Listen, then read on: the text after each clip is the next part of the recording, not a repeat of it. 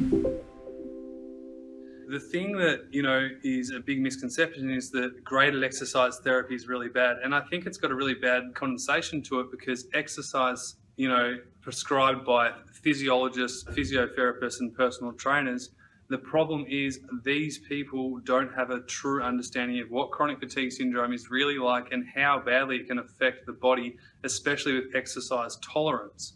So the problem is people are either getting prescribed wrongly for their exercise program. They usually overprescribe exercises, so doing too much too early. The progression is not incremental, it's too quick too soon.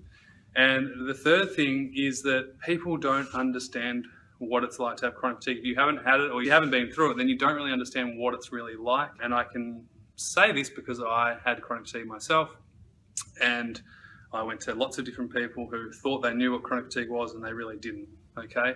So it's important to remember that only you know what it's really like because you're going through it, okay? Only I know what it's like because I've been through what you're going through, okay? I've had hundreds of setbacks. Every time I progressed, I went backwards. You name it, I did it, all right? My job is to help you avoid those setbacks and symptoms as much as possible and help make your journey a lot easier to propel you forwards with your quality of life and daily function, which is very important for recovery from chronic fatigue syndrome.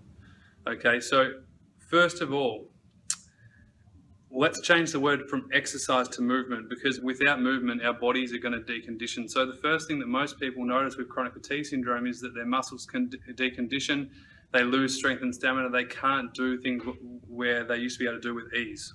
Okay, for example, going for a walk. For example, standing, on your 2 feet for more than 10 minutes is hard, okay?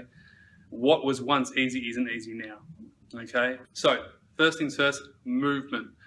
Restorative movement is fantastic for our bodies because we know if we don't use them, we lose them, okay? The issue is when we're in a virus stage, things like monoglandular fever, infections or co-infections or post-viral syndrome, it is very important that you do not exert the body, which means you do not do exercise in that period of time.